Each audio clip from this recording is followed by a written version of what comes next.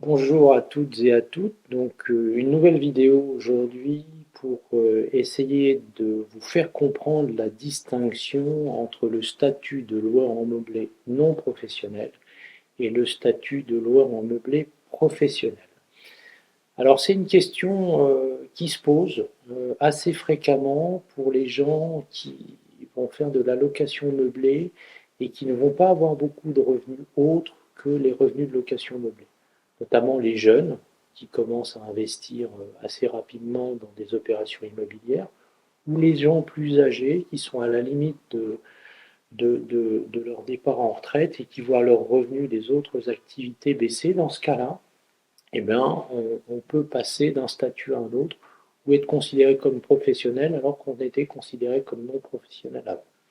Donc la distinction entre ces deux régimes est assez importante, mais pour pouvoir comprendre cette distinction, il faut maîtriser un petit peu les aspects de l'imposition sur les revenus en France.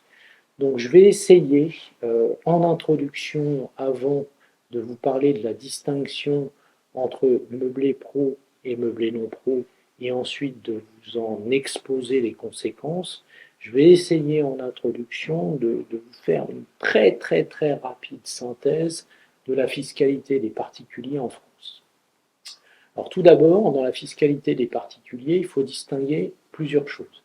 Il faut distinguer la notion de foyer fiscal, il faut distinguer la notion de revenu des différentes catégories de revenus et il faut distinguer la notion de plus-value.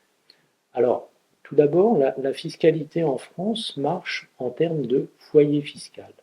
C'est-à-dire qu'on est fiscalisé en tant que particulier, non pas sur ses revenus propres, mais sur les revenus du foyer fiscal, c'est-à-dire les revenus, vos revenus personnels, les revenus de votre conjoint et éventuellement les revenus de vos enfants. La famille constitue le foyer fiscal et donc l'ensemble des revenus rentrent pour constituer le revenu fiscal d'un particulier. C'est le foyer fiscal qui compose le revenu fiscal d'un particulier et non pas simplement son revenu. Donc c'est l'ensemble de la famille qui est fiscalisé. Ça, c'est une première notion.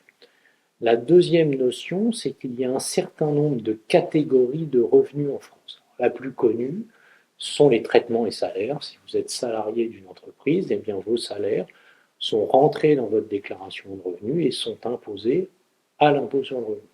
Mais il n'y a pas que des salariés en France, il y a des gens qui exercent dans l'agriculture. Dans ce cas-là, ils sont taxés sur les bénéfices agricoles. Il y a des commerçants. Les commerçants sont taxés sur les bénéfices industriels et commerciaux. Il y a les professions libérales, les avocats, les médecins, les experts comptables, les notaires, qui, s'ils exercent en individuel, sont taxés dans la catégorie des bénéfices non commerciaux. Il y a aussi les revenus de vos placements, les revenus des actions, les revenus des obligations, qui sont taxés dans la catégorie des revenus de capitaux mobiliers. Et l'ensemble de ces revenus catégoriels s'additionnent pour donner votre base de taxation à l'impôt sur le revenu au barème progressif. Et ce barème progressif, en fonction de votre niveau d'imposition, c'est par tranche, et ben ça débute à 11%, 14%, 30%, 41%, 45%, en fonction de votre niveau de revenu. Donc il faut bien comprendre que votre revenu fiscal de référence, il est composé de l'addition de l'ensemble des catégories de revenus du foyer fiscal. Donc ça, ce sont les revenus qui sont taxés au barème progressif. Mais en France, vous avez aussi une taxation sur la croissance de votre patrimoine. La croissance de votre patrimoine, c'est les plus-values que vous faites quand vous achetez quelque chose et que vous le revendez plus cher que le prix où vous l'avez acheté. Par exemple, vous achetez un appartement 100 000 euros, vous le revendez 150 000 euros quelques années plus tard, vous avez une base de taxation de la différence entre vos 150 000 euros prix de sortie et vos 100 000 euros prix d'achat. Mais c'est pareil pour les obligations, les actions. Si vous achetez des voitures de collection et que vous les revendez, vous êtes aussi taxé au plus-value. Donc, il y a une notion de taxation des revenus, une notion de taxation des plus-values. Les plus-values des particuliers mais aussi la taxation des plus-values des professionnels, les agriculteurs, les non-commerçants, donc les notaires, les experts comptables, etc., les commerçants, lorsqu'ils réalisent une plus-value, lorsqu'ils exploitent leur entreprise, cette plus-value, donc la différence entre le prix d'achat d'un bien et la revente, eh bien, elle est taxée dans leur catégorie particulière, donc bénéfices industriels et commerciaux, bénéfices agricoles ou autres. Il est important, avant d'aborder cette petite vidéo sur la différence entre la location meublée non professionnelle et la location meublée professionnelle, de bien avoir en tête le fonctionnement de la base fiscale du particulier en France. Alors, une fois que j'ai dit ça, eh bien, on va essayer de distinguer, enfin on va pas essayer, on va distinguer la location meublée professionnelle de la location meublée non professionnelle. D'un point de vue fiscal, vous êtes considéré comme loueur en meublé professionnel si vos loyers représentent par an plus de 23 000 euros et que vos loyers sont supérieurs à l'ensemble des autres revenus du foyer fiscal. Je fais simple, vous avez 50 000 euros de loyer et vous êtes seul, donc vous n'avez pas de conjoint et pas d'enfant, et vous avez une rémunération nette dans votre entreprise de 2 000 euros par mois, soit de 24 000 euros par an. Eh bien, comme vos revenus de location meublée sont supérieurs à vos revenus de traitement et salaire, vos locations seront considérées comme des locations meublées professionnelles, donc taxées en tant que professionnelles. Si c'était l'inverse, si vous aviez 50 000 euros de revenus de salaire et 24 000 euros, donc au-dessus de 23 000 euros de location par an, eh bien vos revenus salariaux seraient supérieurs à vos revenus de location et dans ce cas-là, vous serez considéré comme non professionnel.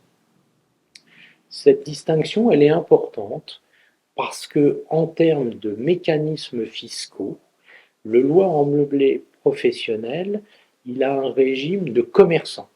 Donc il a un régime de BIC professionnel, alors que le non professionnel, il a un régime de BIC, bénéfices industriels et commerciaux, mais particulier à la location meublée. Ça a des conséquences importantes. Le loueur en meublé non professionnel, on l'a vu dans une autre vidéo, eh bien, il a l'avantage de pouvoir pratiquer des amortissements sur son immeuble, c'est-à-dire déprécier de manière fictive son immeuble, et cette dépréciation vient lui diminuer sa base imposable annuelle.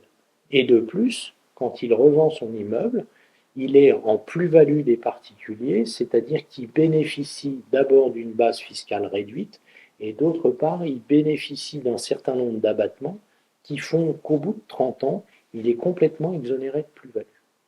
Ce n'est pas le cas du loueur en meublé professionnel. Le loueur en meublé professionnel, soit il est complètement exonéré de plus-value, soit il est taxé dans la catégorie des bénéfices industriels et commerciaux professionnels en termes de plus-value. Et ça a une conséquence importante. Donc, jusqu'à 90 000 euros de loyer sur les 2 ans avant la cession, eh bien, le loueur en meublé professionnel est complètement exonéré de plus-value. S'il réalise un chiffre d'affaires compris entre 90 000 et 126 000 euros, sa plus-value, sa base de plus-value est réduite de moitié pour être taxée au taux forfaitaire qui représente environ 36%. Donc ça veut dire quoi? Ça veut dire que si vous êtes loueur en meublé professionnel et que vous avez des gros loyers, vous risquez de devoir payer des plus-values importantes à la sortie, alors que si vous étiez loueur en meublé non professionnel, vous avez une probabilité d'en payer peu ou pas du tout. Alors pourquoi je dis que vous allez payer des plus-values importantes? J'ai dit qu'un loueur en meublé professionnel, lorsqu'il rentrait dans le régime des plus-values, eh bien, il était dans le régime des plus-values professionnelles. Et là, contrairement aux plus-values des particuliers, les amortissements qu'on pratique chaque année et qui viennent diminuer notre base fiscale, au moment de la revente, ils sont repris pour être taxés sous forme de plus-value. Je prends un exemple. Vous avez acheté un bien 100, vous le revendez 200 et vous êtes loueur en meublé non professionnel, alors votre base de plus-value sera de la différence entre 100 entre 200 et 100, soit 100. Et ces 100, ils pourront être abattus au fur et à mesure du temps pour être réduits à zéro au bout de 30 ans. Si vous êtes professionnel et si vous êtes taxé, c'est-à-dire si vous dépassez le chiffre d'affaires qui vous fait rentrer dans la taxation, alors vos amortissements qui ont fait que votre bien, d'un point de vue comptable, valait 100 lorsque vous l'avez acheté et valait zéro parce que vous l'avez déprécié d'une manière fictive pendant 30 ans, alors au moment où vous revendez 200, votre base de plus-value, ce n'est pas la différence comme tout à l'heure entre 100 et 200, mais c'est la différence entre 0 et 200. Et là, vous prenez une plus-value importante parce que les amortissements que vous avez pratiqués et qui sont une vraie faveur fiscale que ce régime vous permet d'obtenir, eh bien, ils sont repris à la fin lorsque vous revendez votre bien. Donc, pour faire simple, quand vous êtes professionnel, si vous faites en dessous de 90 000 euros de chiffre d'affaires, vous êtes dans une situation plus favorable que le non professionnel, parce que quel que soit le moment où vous revendez, vous serez exonéré de plus-value. Par contre, si vous dépassez ces 90 000 euros, vous rentrez dans une base de taxation en termes de plus-value qui devient très défavorable. Donc voilà, il faut retenir que la location en meublé professionnel, elle peut, contrairement à ce qu'on peut supposer en entendant le mot professionnel, être beaucoup plus défavorable que la location en meublé non professionnelle. Mais ça ne se commande pas, ça se subit. C'est-à-dire qu'on a bien vu que c'est des critères de chiffres qui vous font rentrer ou sortir d'un régime à l'autre. Et donc, si vous êtes dans des situations un petit peu atypiques, c'est-à-dire avec des revenus faibles et que vous voulez vous lancer dans des opérations de location meublée, faites-vous conseiller. Voilà, bonne journée à tous.